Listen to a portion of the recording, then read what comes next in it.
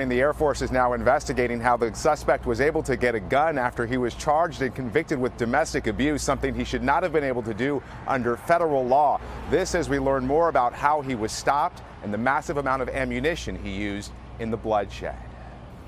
This morning, new details are emerging about the massacre at this small Texas church. Investigators say the gunman, Devin Kelley, unloaded hundreds of rounds, emptying 15 magazine clips from an assault rifle like this one, all while dressed in black and, according to authorities, wearing a face mask with a white skull on it. I can tell you that the scene in there is horrific, is not even a word to describe it.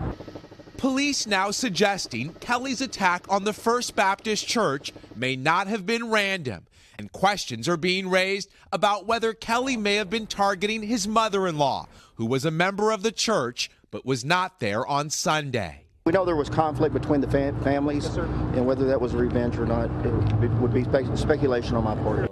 More than 24 parishioners were killed in the rampage, nearly half of the victims children. All of them gunned down during a sermon like this one last week. Rosanna Solis, a grandmother of 4, was shot but survived by hiding under a pew. Could see him, his feet walking back and forth through the aisles. I didn't want to get shot in the head because he was going to see me. I knew it.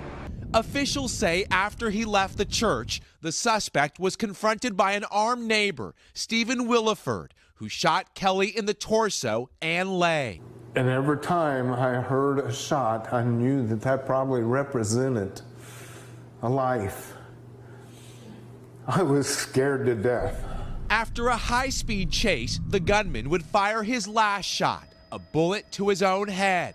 But authorities now say Kelley should have never been able to legally purchase the assault rifle and 2 handguns discovered in his SUV. In 2012, the former Air Force service member was convicted of assaulting his wife and fracturing his baby stepson's skull.